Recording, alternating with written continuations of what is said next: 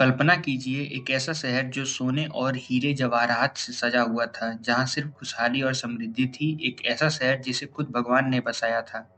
और फिर एक दिन वो शहर समंदर में समा जाता है, हमेशा के लिए। नमस्कार दोस्तों, मैं हूँ पीयूष और आपका स्वागत है हमारे चैनल पर। आज हम एक ऐसी कहानी पर बात करने वाले हैं जो कि हजारों सालों से हमें आकर्षित कर रही है। एक ऐसा रहस्य जो भारत की संस्कृति, इतिहास और आस्था के साथ जुड़ा हुआ है। हम बात कर रहे हैं द्वारिका की। क्या द्वारिका सिर्फ एक धार्मिक कहानी है, एक मिथक है, या ये वाकई कोई एक शहर था जो हमारे इतिहास की किताबों में दर्ज होना चाहिए था? क्या विज्ञान के पास इसका कोई जवाब है? आज हम इन सभी सवालों के जवाब ढूंढ के निकालेंगे। ये कहानी है आस्था की, विज्ञान की और इसे सच मानने वाले लोगों की।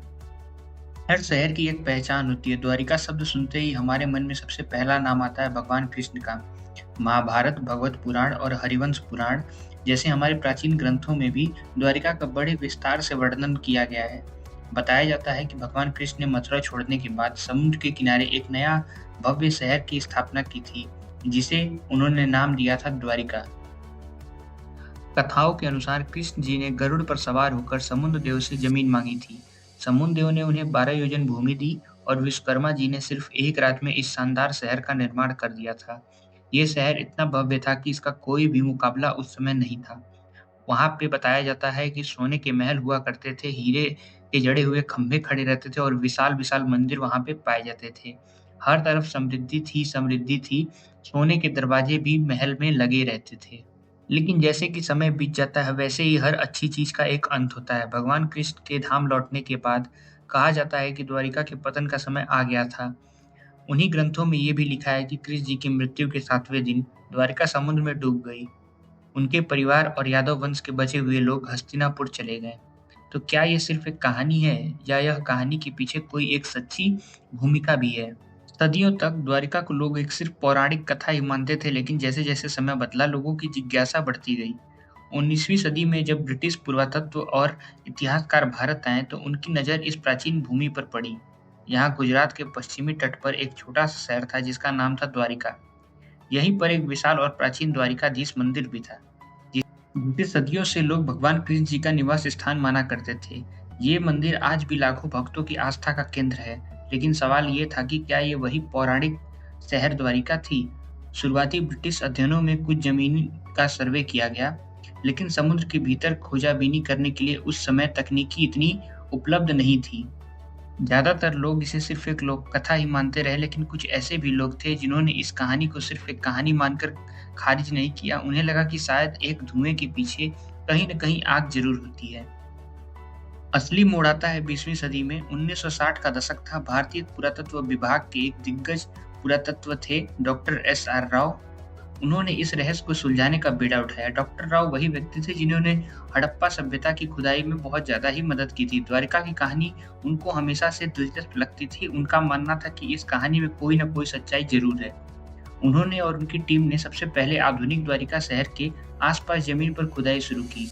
उन्हें कुछ ऐसा अवशेष मिला जिससे ये तो साबित हुआ कि ये जगह सदियों से आबाद रही है।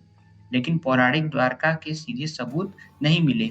फिर उन्होंने एक बड़ा कदम उठाते हुए समुद्र के भीतर खोज करने का फैसला किया। ये 1980 का दशक था, जब भारत में अंडर वाटर आर्कियोलॉजी बिल्कुल नया क्षेत्र था। डॉक्टर राव के नेतृत्व में नेशनल इंस्टीट्यूट ऑफ ओशनियोग्राफी के वैज्ञानिकों और गोताखोरों की टीम ने अरब सागर की गहराई में उतरना शुरू किया।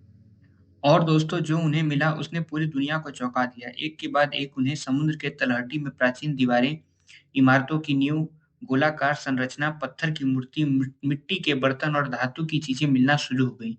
ये सब चीजें ऐसे पैटर्न में मिली जिन्हें ये साफ हो रहा था कि ये कोई प्राकृतिक संरचना नहीं है, बल्कि एक संयोजित शहर की निशानी है। उन्हें एक विशाल दीवार मिली जो पत्थर से बनी थी, और ऐसा लग रहा था कि ये किसी शहर की सुरक्षा दीवार रही होगी। यहाँ तक कि उन्हें एक 3 सिर वाले पशु की मुहर भी मिली, जो हड़प्पा सभ्यता की सीलों से मिलती-जुलती थी। ये खोज अपने आप में एक बहुत बड़ी बात थी। यहाँ से जो चीज़ें मिली उनको सतह पे लाने का काम शुरू हुआ, और बहुत सारे लोगों के सवाल थे कि आखिरकार इनकी उम्र कितनी है। कार्बन डेटिंग की मदद से राव जी की टीम ने इसकी उम्र निकालने का जिम्मा अपने हाथों में लिया। इसकी उम्र लगभग 3500 से 5000 साल पुरानी बताई जाती है। ये वही समय था जिसे महाभारत काल और भगवान श्री कृष्ण के साथ जोड़ा जाता है। ये एक बहुत बड़ा ही संयोग था जो सिर्फ संयोग नहीं कहा जा सकता था। इसके अलावा उन्हें ऐसे सबूत भी मिले जिनसे पता चलता है कि यह शहर कई बार समुद्र में डूब चुका है और फिर से बसाया गया है। समुद्र के नीचे उन्हें अलग-अलग सभ्यताओं की परतें भी मिली, जो ये दर्शाती है कि ये जगह हज़ारों सालों से मानव गतिविधि का केंद्र रही है। लेकिन इन सब सबूतों के बावजूद कुछ वैज्ञानिकों और इतिहासकारों के मन में अभी भी सवाल थे, क्या ये वाक़ई एक पुरानी द्वारिका श्री कृष्ण की नगरी है या फिर कुछ और? दोस्तों, मैं अपनी वाणी को यहीं पे समाप्त दूँगा। इसके बाद आपके पास सवाल है, क्या आपको लगता है द्वारिका श्री कृष्ण की बसाई हुई नगरी है या फिर ये जो चट्टानें और पत्थर मिले, ये किसी प्राकृतिक संरचना का ही काम है? अपना जवाब कमेंट सेक्शन में ज़रूर दीजिएगा और ऐसी रहस्यमयी वीडियो के लिए आप मेरे चैनल को सब्सक्राइब कर सकते हैं। हम मिलते हैं हर रोज़ शाम को 7 बजे।